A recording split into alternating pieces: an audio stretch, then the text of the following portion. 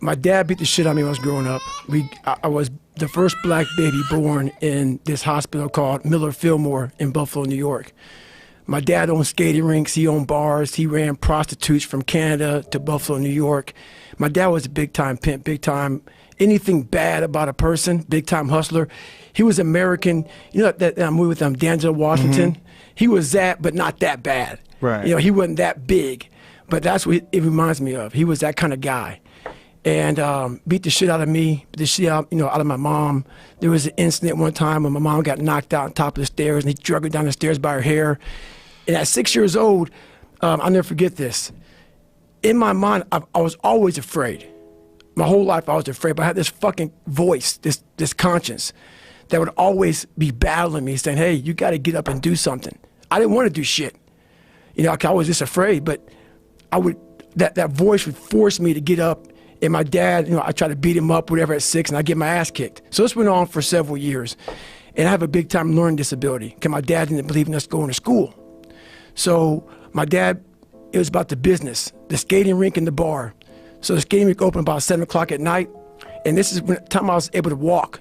So about 4, 5, 6 years old, 8, 9. And I'd go to this, skating rink at 7 o'clock at night. And I worked the skating rink until 10 at night. And then we would scrape the gum off the floors and we cleaned the whole skating rink up. And then my dad had an office. And my brother and myself would sleep in the office. And my mom would go upstairs and work the bar until 3 o'clock in the morning. And then they cleaned the bar up. So after all that shit was done with, going to school rarely happened. So when I went to school, I was all kind of, my learning disability. I had social anxiety. I was just a jacked up kid from living in this tortured home. From the outside looking in, we lived in an all-white neighborhood, and then we would travel to the ghetto of Buffalo, New York, where the skating rink was at. So we worked around mostly blacks, and I lived around mostly whites, but no one knew what was going on in that house on 201 Paradise Road. It's crazy. But my mom got courage to finally leave him. When I was about 8 years old, we moved to a small town in Brazil, Indiana, and that's when the real war started for me. And Brazil, Indiana is a small town. Great people, a lot of great people. And I say that because a lot of people get offended. And I'm going to get to the point why they get offended. There was about maybe 10 black families at about 10,000 people in the town. And in 1995, the KKK marched in the 4th of July parade. So this was not everybody was racist. There was a lot of good people. Some of the best people I knew was there, but there was also a lot of racism there. So me being one of the few black kids in that, in that area, it kind of haunts you. I had stuff on my notebook, nigga, we're gonna kill you, on my Spanish notebook. They had that on my car, nigga, we're gonna kill you. This is early 90s. And so even though I showed it didn't hurt me, it was jacking me up. So all the insecurities I had when I was a kid with my father, I moved into this area here, and it just got worse and worse and worse. And the shit haunted me. And that voice that I talked about, it kept talking louder and louder and louder, but I was doing nothing about it. And I decided to make moves. And I cheated all through school. And it's kind of humbling to talk about my stories sometimes, and it's also embarrassing, but it's real. It's who the fuck I am. It's what I am. It's what created me. And copied from the 4th grade to my junior year in high school on every assignment. And I wanted to get in the military, wanted to join the Air Force, and the guy gave me an ASVAB test. It's like a watered down SAT. And I couldn't copy on it because the guy beside me had a test A, I had test B, the guy on my right had test C. So I looked to copy on this test and I couldn't copy on it, so I got like a 20. And I wanted to be an Air Force pararescueman. It's guys that jump out of airplanes and save down pilots. It's a special operator in the Air Force. And my score was so horribly low that I had to retake it again. And he said, hey, I got like an 18 the second time, even worse. I need to get a 50 out of a 99. And so my mom and I, for a while, we lived in the government subsidized apartments, $7 a month, and also food stamps. And we slowly moved up to a $230 a month place. But at the time, we were pretty poor. But my mom afforded enough money for me to go to see a tutor one hour a week. So for 4 hours a month, and I had 6 months to study for my last test. I could only take the ASVAB test 3 times. And I studied my ass off and passed it. And I got in the Air Force and realized there was more things in front of me. I was afraid of the water, terrified of the water. And I learned how to swim. But what gets everybody in this training, in all special ops training, is the water confidence, where they try to pretty much drown your ass. You know, all of our lives we've been breathing, and they take that from you, and they want to see how comfortable you are in the water. And there's only 1% African Americans in special operations. And I didn't know anything about African, like a lot of them are negative buoyant, which I am, because of the bone density. I struggled. But 6 weeks into the program, there was about 25 guys left out of about 150. I was there, and I didn't go to sleep for 6 weeks of the program. And I wanted to quit so badly, but I quit everything in my life. I copied through school. I wanted to prove people wrong. And so here I am in this Air Force program, starting to get a little more confidence, but this water was kicking my ass. And 6 weeks into the program, the doctor gave me a blood test. And realized I have sickle cell trait, not the anemia, but it still killed people. But so they pulled me out of training for a week. And when you go from being very uncomfortable in that water situation, and then now you're comfortable, and I'm sitting back watching the guys drown, 'cause I'm not part of the activities anymore for this week. I didn't want to get back in that damn water again. So the fear overcame me, and all my insecurities from my dad, from this small town, from everything started coming back. And even though no one knew how fucked up I was, I created this other person who was tough, I lived with this shit all the time. So me not wanting to go back in that water, the doctor called me back up. I thought I was gonna get like a medical kick out of the military. So no quitting for me. They'll kick me out so I can have some pride. The doctor said, no, man, we could put you back in the training.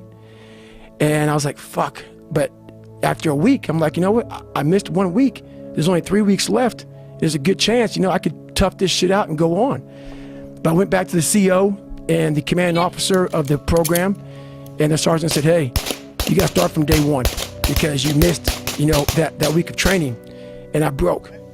I couldn't imagine going back through that again. So I made up a lie. And I said, man, the sickle cell thing is really scaring me. It was the fucking water, it wasn't sickle cell. And I pretty much quit. Even though they gave me a medical, I quit.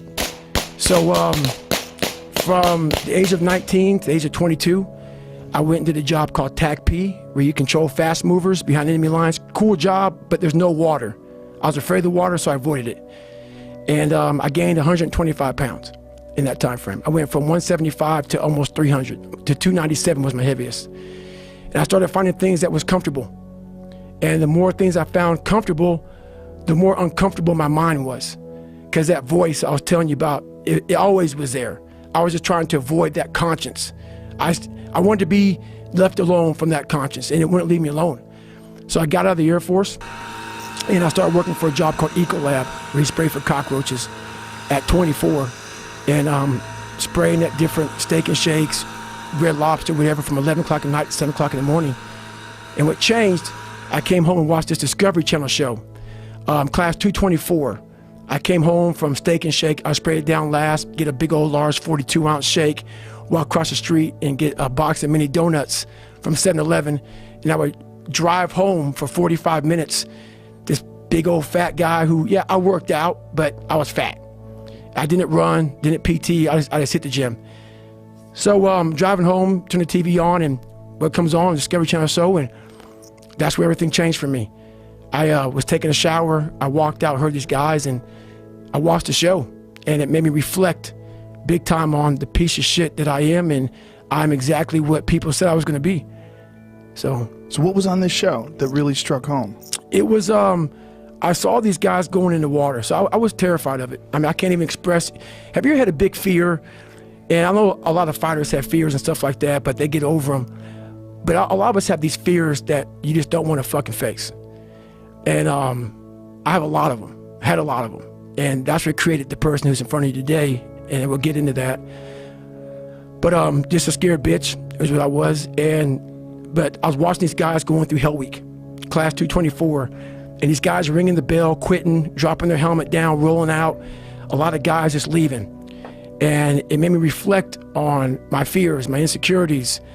And I saw real men, what I thought were real men who were staying, who were overcoming adversity, who were overcoming all these different things that I had blamed so many fucking people in my life, my dad, my mom for not being there.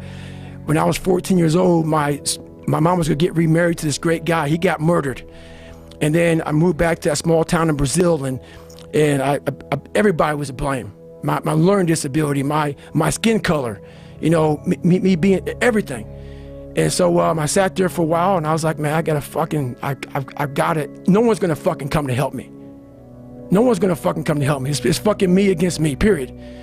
And so I had to man up, and I said, the first thing I gotta start doing is facing every fucking fear I have, no matter what the fuck it is, man. And these things would keep me up at night. No one, people who are hearing this shit, they will never really understand and grasp when you face these things and so many things, how they keep you up and haunt you at night. And I had two options: to either be that 300-pound guy who sprayed for cockroaches and made $1,000 a month, and at 24 years old, knowing when I'm 50 fucking years old, I can reflect on this and think about what guy I never became, or I can totally just sack it up and fail and fail and fail until I succeed. So I started calling recruiters up. I said, I'm gonna go be a fucking Navy SEAL. And every recruiter, so there's a weight and height, so the weight and height limit to get in the military. And I was 6'1" and 297. And I had prior service, which was a big deal. So I called all these recruiters up, and all of them said, hey, how tall are you, blah, blah, blah, blah. They got into conversation to see if I was even qualified. And by the time I got to my weight, phone would hang up pretty much, like, hey, you know what, call somebody else, you know, try to get in the reserves. So I tried to get in the reserves. And I called this guy named Steven Salgio, recruiter, up, and he said, hey, come on in. He saw me, put me through the weight standard, all this other stuff, and to get into the class I had to lose 106 pounds in less than 3 months. So I was like, fuck that, I can't do that. I grabbed my chocolate milkshake and went back to Ecolab. I'm going back to work, man. This is my life. So in this job, you're looking for cockroaches, looking for rodents and stuff like that. And this next morning, or this next night, I went to work, and I don't like cockroaches too much. I hit the mother load of cockroaches. And this restaurant got full of cockroaches and rodents and everything else. And I sat there and I said, this is my life. I said, this is my life. You are exactly who the fuck, this is it. And I said, this ain't gonna be it for me. So in that restaurant, I quit my job, left my canister in that restaurant, my spray canister, got back in my Ecolab truck, and I went home. And I started working out like somebody. I became the most obsessed person on the planet Earth. And I had to invent a guy that didn't exist. I had to invent a guy that can take any pain, any suffering, any kind of judgment, be called nigger, be called whatever the fuck in the world, and be able to stand in the fucking room and say, go fuck yourself. I had to build this callous mind, and I built it through suffering. I built it through downright fucking just crushing myself. If it was raining outside at 3 o'clock in the fucking morning, if it was snowing, the first instinct is don't go out there and do shit. My instinct was, we gotta fucking go out there. Anything that was fucking horrible in my life that I would normally say no, that was inhumane to most people, I had to go do it. And I started callousing my mind at this point in my life. And I lost the weight. And I went back to recruiter. I got into that class, and I went through 3 Navy SEAL Hell Weeks in 1 year. Only guy to ever be in 3 Hell Weeks in 1 year, to my knowledge. The first one I didn't make it through. The next 2 I did. And that I just didn't. I didn't stop anymore from there. And I started realizing through this process that the fucking mind is what you created. And I started opening different doors that I didn't think were even there, that I didn't think even existed. And the more doors I opened up, the more I started realizing that my potential is damn near endless. And it changed my whole mindset. So I went from David Goggins, and I created Goggins. And that journey is a priceless journey that is hard for me to even explain to people, because it sounds so quick and easy. Like, I lost this weight, and I went through 3 Hell Weeks, I went to Ranger School, went to Delta Force Selection, whatever it is. It was brutal. It's a brutal journey every fucking day. And everybody goes, well, are you happy?